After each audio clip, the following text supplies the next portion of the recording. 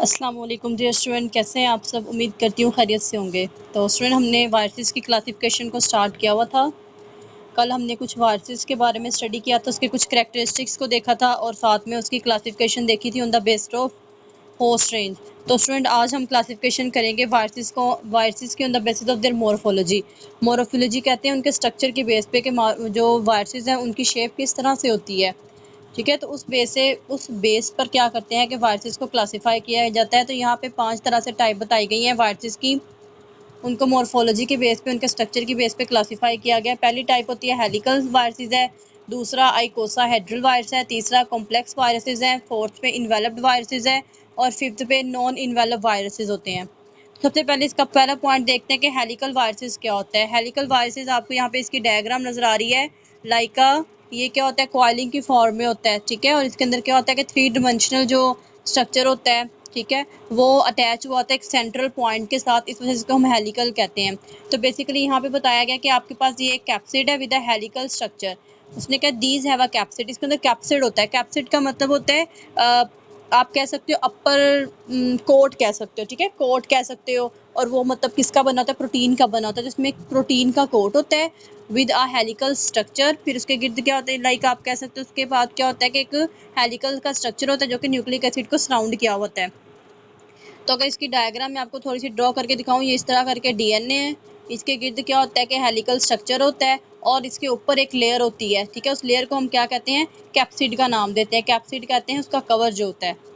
ठीक है, तो इसकी एग्जांपल उसने दी हुई है टोबैको मोज़ेक वायरसेस की और रेबीज वायरस के बारे में हम पढ़ के आए हैं। टोबैको मोज़ेक वायरसेस ऐसे वायरसेस होते हैं जो टोबैको के अंदर डिसीज कोज करते हैं, और रेबीज वायरस जो होते हैं वो क्या करते हैं, फोबिया क्रिएट करते हैं, भी एक डिसीज होती है। उसके बाद नेक्स्ट अगर हम देखते हैं आइकोसाहेड्रल वायरस, इसमें भी क्या होता है, शेप की बेस पे वायरसों को जो है कैटेगराइज किया गया है। इसमें भी एक कैप्सिड होता है विद अ सिमेट्रिकल आइकोसाहेड्रल शेप होती है। अगर आप इसकी यहाँ पे डायग्राम देखते हो, ये आपको नजर आ रही है। ठीक है, इसे हम कहते हैं आइकोसाहेड्रल। आइकोसाहेड्रल का मतलब ये होता है कि इसके अंदर ना 20 फेजेस होते हैं, 20 फेसेस होते हैं, और हर फेस जो होता है मतलब कि उसमें एक ट्राइंगल को कवर करता है। लाइक ये देखें, एक ट्राइंगल है, ठीक है, 1T है। अगर 1T को आप करते हो 20 से मल्टीप्लाई करते हो, तो यहाँ पे क्या आएगा, 20। तो इसके अंदर क्या होता है कि 20 ट्रायंगल्स जो होती हैं वो प्रेजेंट होती हैं, तो उनसे क्या बन 20 फेजेस इसके होते हैं। इस वजह से इसको हम कहते हैं आइकोसाहेड्रल कहते हैं। और इसकी ये देखें, आपको नज़र आ रहा है, इसमें बहुत सारे 20 जो होती हैं वो ट्रायंगल्स जो होती हैं मौजूद होती है। और इसकी एग्जांपल है अडीनो वायरसेस है और हब्स वायरसेस है। ठीक है, उसके बाद अगर थर्ड टाइप हम देखते हैं, तो थर्ड टाइप जो होती है उसके अंदर क्या होता है कि जी आपके पास कॉम्प्लेक्स वायरसेस होते हैं। ठीक है, नाम से जाहिर हो रहा है कॉम्प्लेक्स वायरस से क्यों कहते हैं। आप देखते हैं कॉम्प्लेक्स वायरस में बेसिकली होता क्या है कि इसके अंदर कॉम्प्लेक्स स्ट्रक्चर होता है। किस तरह से स्ट्रक्चर होता है कि इसके अंदर कॉम्बिनेशन होता है कोसाहेड्रल हेलिकल स्ट्रक्चर। ये एक ऐसा फीचर है जिसके अंदर हेलिकल भी मौजूद होता है। ठीक है, 3 डायमेंशनल स्ट्रक्चर होता है जिसके गिर्द क्या होती है, कवरिंग होती है। दूसरा हाइकोसाहेड्रल का मतलब ये होता है कि इसके अंदर 20 फेसेस होते हैं। ठीक है, 20 आप कह सकते हो ट्राइंगल्स जो होती हैं वो मिलकर कोसाहेड्रल स्ट्रक्चर बनाती हैं। उसके अंदर क्या होता है कि एक 3 डायमेंशनल स्ट्रक्चर जो होता है जिसे हम हेलिकल कहते हैं वो मौजूद होता है। तो जब ये दोनों कंबाइन करते हैं तो आपके पास कॉम्प्लेक्स वायरस बनता है। ये देखें ज़रा, आप देख रहे हो, ये आपको नज़र आ रहा है। ठीक है, ये इसका क्या है, कोसाहेड्रल इसका एक हेड होता है। इसके अंदर क्या होता है, जेनेटिक मटेरियल मौजूद हुआ होता है, और इसके साथ क्या होती है, इसमें एडिशनली एक टेल भी मौजूद होती है। ये इसमें थोड़ा ऐड कर दिया गया है कि इसमें क्या होती है, टेल भी मौजूद होती है। तो इसकी एग्जाम्पल है बैक्टीरियोफेजेस है, वायरसेस। ऐसे बैक्टीरियोफेजेस, ऐसे वायरसेस जो बैक्टीरिया को इन्फेक्ट करते हैं, बैक्टीरिया के अंदर डिसीज कोज करते हैं, तो उसे हम कहते हैं बैक्टीरियोफेज कहते हैं। उसके बाद फोर्थ पे हम देखते हैं तो इन्वेलप वायरसेस होता है। इन्वेलप वायरसेस आपको नाम से कुछ जाहिर हो रहा होगा। इन्वेलप का मतलब है कि इसके ऊपर कोई ना कोई कवरिंग होगी। ठीक है, तो इसने बताया हुआ है। तो इन्वेलप वायरसेस में होता क्या है कि इनके अंदर आउटर लिपिड लेयर होती है। ठीक है, लिपिड की लेयर इन्वेलप होता है। ठीक है, जो लेयर यहाँ पे आप देखते हो तो इसमें लिपिड का इन्वेलप बना होता है, और ड्राइव कहाँ से होता है, होस्ट सेल मेम्ब्रेन। आपको ये भी पता है कि जो वायरसेस होते हैं वो लिविंग सेल के अंदर, जिसे हम होस्ट कहते हैं, उसी के अंदर क्या करते हैं, रिप्रोड्यूस करते हैं, उन्हीं के अंदर लिविंग होते हैं। ठीक है, होस्ट के अंदर ही वो सर्वाइव करते हैं, और वो जो होते हैं वो लाइव होते हैं, लिव होते हैं, जिंदा होते हैं। अगर उनको होस्ट के विदाउट बाहर निकाल दिया जाए तो वो सारे नॉन लिविंग वायरसेस हो जाएंगे। तो इस वजह से उसने कहा कि जो होस्ट है ना, जब वो वायरसेस होते हैं होस्ट के अंदर रहते हैं, तो होस्ट से क्या करते हैं, अपनी आउटर लिपिड का इन्वेलप जो होता है वो बनवा लेते हैं। ठीक है, और वो उनके कैप्सिड को सराउंड किया हुआ होता है। ठीक है, कैप्सिड है, एक तो कवरिंग होती है, उसके गिर्द वो एक मोटा सा और क्या बना लेते हैं, कवर बना लेते हैं, जो कि किसका बना हुआ है, लिपिड का बना हुआ होता है। तो इसकी एग्जांपल है इन्फ्लुएंजा वायरस होता है और HIV वायरस है, ठीक है।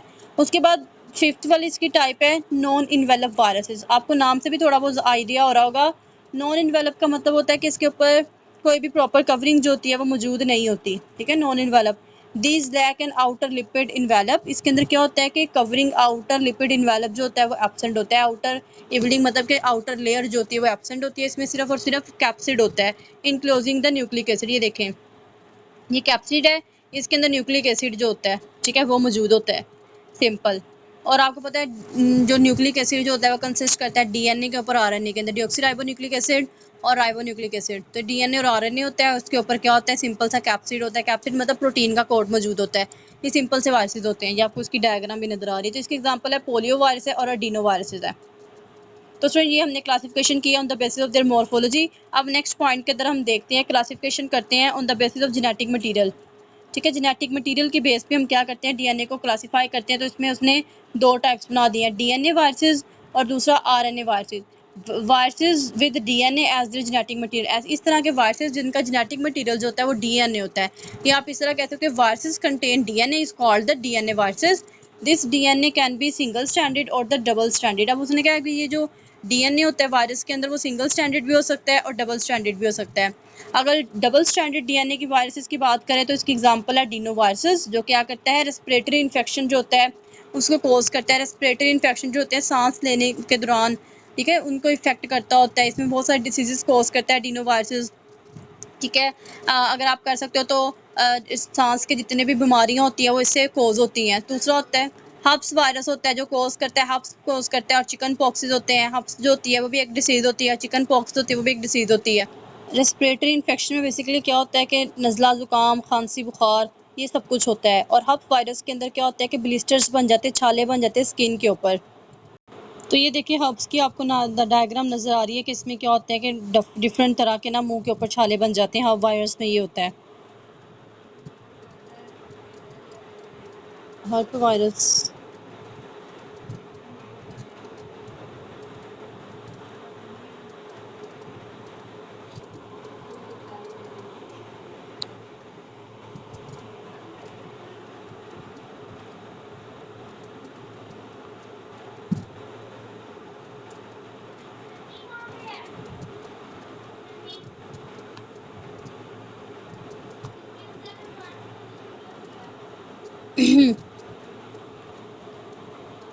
तो इसमें देखते हैं, देखो लाइक इसमें क्या होता है कि जो चिकन पॉक्सेस होते हैं, स्किन जो होती है वो बहुत सारी ड्राई हो जाती है, उसमें ब्लिस्टर जो होते हैं वो छाले बन जाते हैं। तो ये इसकी कॉज थी। जो है चिकन पॉक्सेस की सिम्टम्स आपको नज़र आ रही है। उसके बाद देखते हैं कि सिंगल स्टैंडर्ड DNA वायरसेस जो होता है उसकी एग्जांपल है परवोक्सो वायरस है, ठीक है। परवो वायरसेस जो होता है वो कोज करता है गैस्ट्रो एंटेराइटिस। गैस्ट्रो एंटेराइटिस में क्या होता है कि स्टमक रिलेटेड जो डिसीज़ होती हैं उसमें इसको स्टमक फ्लू भी कहते हैं। एब्डोमेन के अंदर पेन होती है, इसमें डायरिया वगैरह कोज होता है। इसमें जो होती है वो सीवियर किस्म के सिम्टम्स आते हैं, डाइजेशन के अंदर प्रॉब्लम हो जाती है।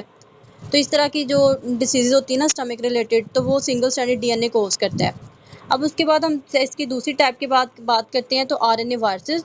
तो वायरसेस जो होते हैं जिसके अंदर जेनेटिक मटेरियल RNA होता है उसको हम कहते हैं RNA वायरसेस कहते हैं। और ये भी क्या हो सकता है, सिंगल स्टैंडर्ड भी हो सकता है, डबल स्टैंडर्ड भी हो सकता है। तो इसके आगे फर्दर एग्जांपल दी हुई है। सिंगल स्टैंडर्ड वायरसेस की एग्जांपल है कोरोना वायरसेस, जो कि कोविड-19 आपको बहुत ज़्यादा अच्छे तरीके से पता होगा। कोविड जो होती है वो कोरोना वायरस जो था उसने स्प्रेड किया है कोविड को, ठीक है। तो उसके अंदर कितने ज़्यादा स्वेयर किस्म के सिम्टम्स होते थे, ठीक है। उसमें सब वो ज़्यादातर जो डिसीज़ थी वो टच से होती थी, ठीक है। जैसे ही कॉन्टैक्ट किया जाएगा उसी से वो स्प्रेड हो रही थी। तो इसी वजह से उसको जो सेपरेशन में रखा गया था पेशेंट को मैक्सिमम। तो ये इसके बाद आपको पता है इसके बारे में मोस्टली इसके अंदर होता क्या था, फ्लू था सिंपली। इसमें फ़ीवर हो जाता था एकदम से। और इसमें क्या होता था कि ये वैसे भी फिजिकल कांटेक्ट से डिसीज स्प्रेड हो रही थी, इसी वजह से इसके अंदर आइसोलेशन के अंदर पेशेंट्स को रखा गया। उसके बाद है इन्फ्लुएंजा वायरस जो होता है जो क्या कोज करता है, फ्लू कोज करता है। अब दूसरा है डबल स्टैंडर्ड RNA वायरसेस। तो इसकी एग्जांपल है रिट्रोवायरसेस, जो भी क्या करता है गैस्ट्रो एंटीराइटिस, जो गैस्ट्रो एंटीराइटिस जो होता है वो भी कोज करता है, भी स्टमक रिलेटेड होता है कि स्टमक के अंदर जो भी फ्लू वगैरह स्टमक रिलेटेड जो भी इश्यूज होते हैं डाइजेशन के अंदर रोल प्ले करता है। जो कि उसको इफ़ेक्ट करता है बुरी तरीके से, डायरिया कॉज़ करता है, डिहाइड्रेशन के अंदर रोल प्ले करता है। तो इस तरह की सारी जो डिसीज़ होती हैं वो इससे होती हैं, रेट्रोवायरसेस से होती हैं। उसके बाद है क्लासिफिकेशन की गई है on the basis of replication strategy की बेस पे, कि जो वायरसेस होते हैं वो किस तरह से रेप्लिकेट करते हैं, उस बेस पे फर्दर क्लासिफिकेशन की गई है। तो इसकी 3 टाइप है, एक पॉजिटिव सेंस आरएनए वायरसेस है, एक नेगेटिव सेंस आरएनए वायरस है, तीसरा रिवर्स ट्रांसक्राइबिंग वायरसेस है। तो जो पॉजिटिव सेंस आरएनए वायरसेस है, इसमें बेसिकली होता क्या है कि RNA genome is directly translated into protein by the host cells ribosome. इसमें क्या होता है कि जो वायरस होता है वो होस्ट के राइबोसोम्स को यूज़ करते हुए आरएनए जो होता है उसको डायरेक्टली कन्वर्ट कर देता है प्रोटीन की सिंथेसिस के अंदर। ठीक है, इसमें प्रोटीन पहले बनती है, आरएनए जीनोम डायरेक्टली कन्वर्ट हो जाता है प्रोटीन के अंदर और यूज़ करता हुआ होस्ट के राइबोसोम को यूज़ करता है। आपको पता है राइबोसोम का काम ही क्या होता है, प्रोटीन बनाना, तो ये होस्ट के राइबोसोम को इस्तेमाल करके प्रोटीन बना देते हैं। इसके एग्जांपल है पोलियो वायरस है, हेपेटाइटिस सी वायरस है। उसके बाद है नेगेटिव सेंस आरएनए वायरस। इसमें क्या होता है कि RNA genome is transcribed into messenger RNA by a viral RNA polymerase before the translation. इसमें अगर तो 2 प्रोसेस होते हैं कि इसमें आरएनए जीनोम क्या करता है, पहले वो बनाएगा मैसेंजर आरएनए, ठीक है, किस मदद से बनाएगा, वायरल आरएनए पॉलीमरेज एक एंजाइम होता है, उसकी मदद से पहले उसने क्या बनाना है, मैसेंजर आरएनए बनाना है, ठीक है, बिफोर ट्रांसलेशन, फिर उसके बाद प्रोटीन बनानी है। आरएनए ने पहले मैसेंजर आरएनए बनाना है और आरएनए पॉलीमरेज एंजाइम को यूज़ करते हुए उसके बाद फिर उसने आगे प्रोटीन बनानी है। तो ये नेगेटिव सेंस आरएनए वायरस होता है। इसके एग्जांपल है रेबीज़ वायरस है, इबोला वायरस है। आपने 2 प्रोसेसेस के बारे में, 2 प्रोसेसेस होते हैं, एक ट्रांसक्रिप्शन का प्रोसेस होता है और एक ट्रांसलेशन का प्रोसेस होता है। डीएनए क्या करता है, डीएनए बनाएगा आरएनए, ठीक है, किसकी मदद से, आरएनए पॉलीमरेज एंजाइम की मदद से। तो इस प्रोसेस को हम कहते हैं ट्रांसक्रिप्शन कहते हैं। जब आरएनए क्या करता है, एंजाइम की मदद से बना देगा प्रोटीन, इस प्रोसेस को हम क्या कहते हैं, इसको हम कहते हैं ट्रांसलेशन। तो इसमें क्या होना है कि पॉजिटिव के अंदर डायरेक्ट आरएनए ने क्या बना देनी है, प्रोटीन बना देनी है, लेकिन नेगेटिव के अंदर क्या होना है कि आरएनए ने पहले आरएनए पॉलीमरेज बनाना है, उसके बाद फिर फर्दर प्रोटीन बनाता है। तो इसी तरह अब तीसरी टाइप होती है रिवर्स ट्रांसक्राइब्ड वायरसेस। इसमें क्या होता है, viruses replicate through are DNA intermediate using the enzyme reverse transcriptase. अब इसमें क्या होता है कि वायरस जो होता है वो रेप्लिकेट करता है थ्रू आर डीएनए इंटरमीडिएट। इसमें वायरसेस ने क्या करना है, रेप्लिकेट करना है, डीएनए की इसके अंदर क्या होनी है, रेप्लिकेशन होनी है, ठीक है। और वो डीएनए की रेप्लिकेशन कैसे होगी, वो एंजाइम यूज होता है, एंजाइम रिवर्स ट्रांसक्रिप्टेज। उसने क्या करना है, अब जब दोबारा से डीएनए से क्या बन गया, मैसेंजर आरएनए बन गया, अब मैसेंजर आरएनए दोबारा से क्या करेगा, डीएनए बना देगा, और उसको किसको यूज़ करते हुए, रिवर्स ट्रांसक्रिप्टिव एंजाइम को यूज़ करते हुए। दे कैन हैव आरएनए और डीएनए जीनोम्स। तो इसके अंदर डीएनए और आरएनए जीनोम दोनों तरह से हो सकते हैं। डीएनए पहले आरएनए बनाएगा, आरएनए प्रोटीन बनाता है, तो इसमें क्या होता है, आरएनए दोबारा से क्या बना देगा, डीएनए बना देगा, तो इसको हम कहते हैं रिवर्स ट्रांसक्राइबिंग वायरसेस होते हैं। तो आरएनए जीनोम की एग्जांपल है रिट्रोवायरसेस है और एचआईवी है जो एक एड्स कॉज करता है, और डीएनए जीनोम की वायरस है हेपेडेना वायरसेस है, लाइक जो कि हेपेटाइटिस बी वायरस जो होते हैं वो कॉज करता है। और आपको पता है एड्स जो होती है वो भी सेक्सुअली ट्रांसमिटेड डिसीज होती है, ठीक है। और हेपेटाइटिस जो बी वायरसेस होता है, ये हेपेटाइटिस जो होता है मोस्टली जो होता है, अगर पानी जो होता है ना वो क्लीन नहीं होता, तो उस वजह से उसकी सब जो होती है गंदगी की वजह से ये जो हेपेटाइटिस की डिसीज़ होती है ना वहाँ पे कोज होती हैं। तो स्टूडेंट ये आज का हमारा टॉपिक था। उम्मीद करती हूँ कि आपको समझ आया होगा, जिसके अंदर हमने बात की थी, हमने क्लासिफिकेशन की है मॉर्फोलॉजी के बेस के ऊपर, जिसके आगे से 5 फर्दर टाइप्स थे और इसकी डायग्राम्स हैं। उसके बाद क्लासिफिकेशन की है जेनेटिक मटेरियल की बेस पे, जिसकी 2 टाइप्स थी। आगे उसकी सब डिवाइडेड भी आगे से, सब डिवीजन भी आगे से थी, डबल स्टैंडर्ड और सिंगल स्टैंडर्ड।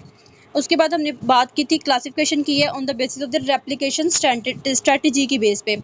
ये भी आगे से फर्दर 3 तरह से थी। तो स्टूडेंट उम्मीद करती हूँ कि आपको आज के लेक्चर की समझ आई होगी। अगर कोई भी कन्फ्यूजन है तो आप कमेंट बॉक्स में इजीली पूछ सकते हैं, ठीक है। और चैनल को लाइक कर सकते हैं, सब्सक्राइब कर सकते हैं और शेयर कर सकते हैं, ताकि आने वाली जितनी भी लेटेस्ट वीडियोज़ हैं आप तक टाइमली पहुँच सकें। तब तक के लिए अल्लाह हाफिज़, टेक केयर।